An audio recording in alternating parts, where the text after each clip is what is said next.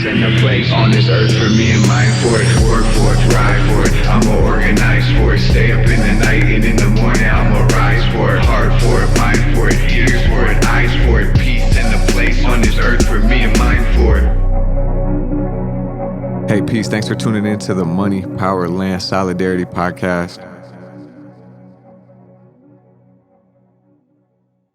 Lately, I've been asking myself a lot of basic, fundamental questions about my politics. What are my goals? Asking basic questions about how I'm spending my time and my energy.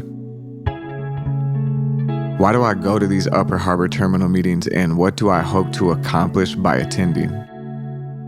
What are the real changes we need to see in our government, in our economy, in our city, in order for our families to be safe, to be healthy, and free of oppression? How can we realistically achieve those changes? I stopped to ask myself if it's necessary or if it's wise to go through the channels of engagement established by the city and the ruling class power brokers. Or is it necessary and wise to steer clear of those sanctioned channels? Or is it necessary to do both? Honestly, going through these official processes seems like a send-off. The sanctioned feedback channels and so-called democratic community engagement are designed to protect the system from change, and they rest on conservative assumptions and frameworks. This power structure has proven itself incapable and illegitimate. The relationships to wealth and to public power are so nakedly violent, so wrong, so oppressive, that dignifying them with participation seems to serve to reify them. Give them momentum and legitimacy they don't deserve, and I don't think really have in the broader populace. How can we use direct action and social movement pressure to make different decisions with land ownership, public investment, and land use like the Upper Harbor Terminal project? How do we engage on all the necessary fronts and build all the necessary skills we need to implement a new governing order?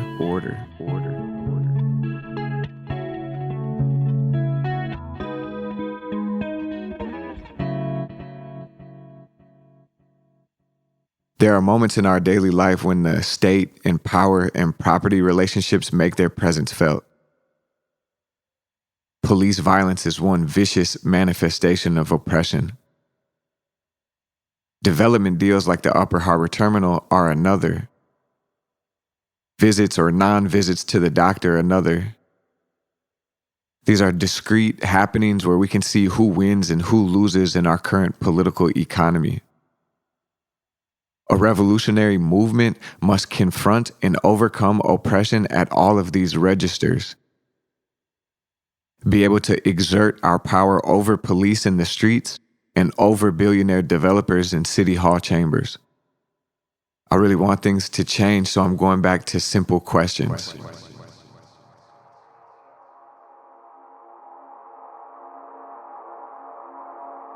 Can the city government, by that I mean the mayorship, the city council, the appointments and hires available to both, can the city government be used as a tool to redistribute wealth downward rather than upward?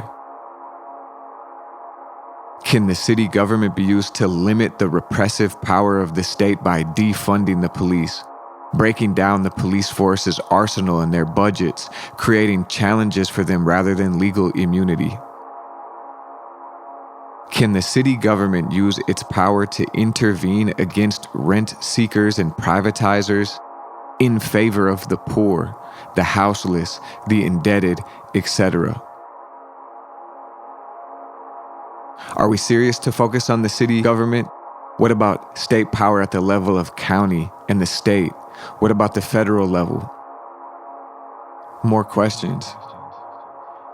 Beyond taking power in the city government, What other avenues do we have as a movement for asserting our power, for impacting our surroundings? What other modes of organizing and action do we have in our arsenal? We have direct action in the form of protest, rally, the reappropriation of wealth and of goods and of property. We have uprising. We have economic blockade. We have eviction defense. We have court support. We have direct action in the form of labor strike, in the form of rent strike, in the form of a debt strike. We have direct action in the form of building durable power through organization, labor unions, tenant unions, mutual aid projects, community defense units, political parties and alliances and coalitions. We have the direct action of cooperative economic activity, building co-ops, worker-run enterprises, mutual funds, community farms, etc. We have the direct action of cultural work, creating bonds of solidarity and connection, mutual understanding and camaraderie through art, music, food, sport, stories, and fashion that affirm a revolutionary, egalitarian ethic of mutual power, mutual work, and liberation.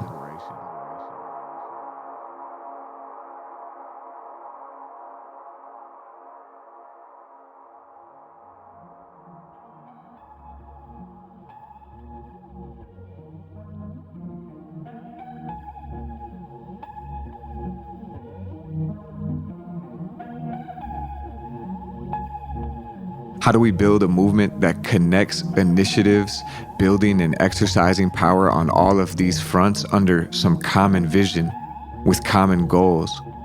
A movement full of thriving projects that are coordinated in a way that can exercise power in an organized fashion and change society. One framework for forming a strategy is dual power.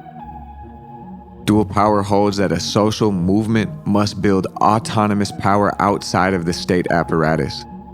We're talking about those community organizations, labor unions, cooperatives, self-defense groups, etc., that can meet our needs, that can produce and distribute food, can provide health care and child care and entertainment and information, can provide safety and community accountability in a way that's not dependent upon the state or ruling class, and in a way that can resist the hostile efforts of the state and the ruling class. That autonomous working class power is one pillar of a dual power formation. The other pillar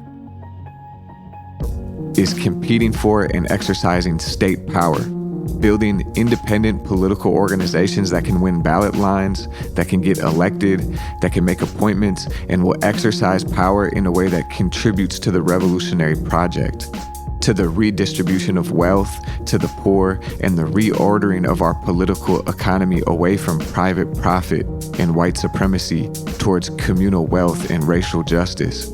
The Malcolm X grassroots movement, in their long-term engagement in the South, expressed two principal reasons why we must compete for state power. They are: one, to limit the repressive powers of the state, and two, to expand the commons. That means create public housing projects and municipal energy systems, municipal internet systems, generally building the public sector and using the state to invest in a cooperative socialist economy. The vehicle used by the Malcolm X grassroots movement to coordinate between the two pillars of their dual power strategy is a people's assembly. This is a participatory democratic meeting where the organizers and neighbors and workers who are building the solidarity economy and the autonomous working class power structure nominate elected leaders from their ranks to run for strategic office. The People's Assembly directs the legislative work of the people they elect towards the vision of the assembly. A key point for the organizers in Mississippi was to explicitly reject both corporate parties and run on independent working class organization. I think this is a crucial strategic principle.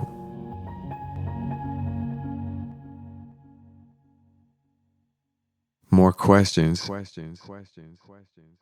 Is this a strategic line for us to follow in Minneapolis? Can we imagine winning revolutionary transformations in this way? Can we commit to a course of action and expect to bring about radical economic and social changes following this schema? Are there better ways to produce the changes that we need?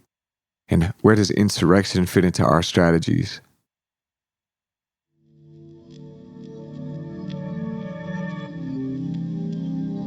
What does a serious dual power strategy look like in Minneapolis? How can the Upper Harbor Terminal redevelopment and contesting developments in general be used to build and enact working class power? I wanted to bring some of these considerations to bear on the Upper Harbor Terminal. In this example, we see that the state, the mayor and the city council, we're talking about both the administrations of Betsy Hodges and Jacob Fry, as well as Barb Johnson and Philippe Cunningham, have generally worked to facilitate the will of the developer, ceded exclusive rights to United Properties, and has coordinated with the developer and the McKnight Foundation to push the development over community objection. The mayor's administration has been particularly aggressive about pushing the Upper Harbor Terminal. They elevated the Upper Harbor Terminal to the city's #1 priority request for state bonding money. Jacob Fry has appeared in the media to advocate for the development, and he has assigned senior advisor Sean Pierce to the process. If there were socialist elected officials in these seats, elected by this popular political organization building a dual power movement, we could potentially imagine the state playing a different role. The council member could have rejected the notion that this development should be privatized, could have embraced the community organizing efforts challenging the development, and could have voted against the concept plan. A socialist mayor with a dual power base could politicize these projects and push to tax billionaire developers like United Properties rather than collaborate. A socialist mayor could use their platform and power to pursue socialist developments. Perhaps we could be talking about a world-class publicly owned venue like Red Rocks, or we could be talking about beautiful social housing that could be a model for a national public housing resurgence. You could stretch and imagine that both a socialist mayor and city council were in power.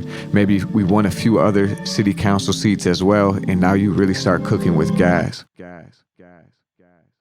But only if there's another pole of political power.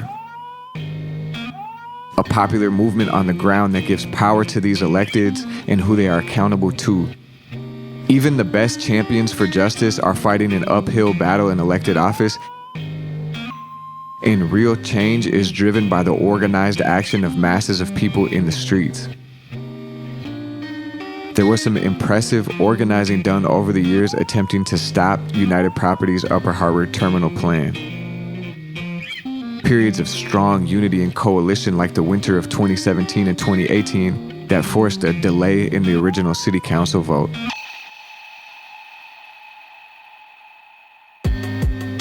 But the hostility of the city, the undermining by foundations and consultants, and the lack of political organization meant that unity couldn't sustain itself. There are still shoot-offs of that moment organizing, and more generally, the movement ecosystem is growing stronger with mutual aid projects, community defense formations, labor unions, tenant organizations, and a plethora of creative, dynamic initiatives, people really getting busy. Could we organize ourselves to compete against the Democrats in a principled and effective way to win in the 2021 municipal elections? Could we coalesce around some broad socialist policy frameworks? Could we compete to win for positions of state power without being seduced by that moon space, without becoming co-opted, and still soberly prioritizing building power on the ground, autonomous working class power? Those are the questions I want to leave us with today. Doing this podcast, I hope to document, we hope to tell some stories, we hope to get people engaged, and more importantly, I hope we can contribute to further organization so we can be effective and we can change the course of history in Minneapolis. Money, power, land, solidarity.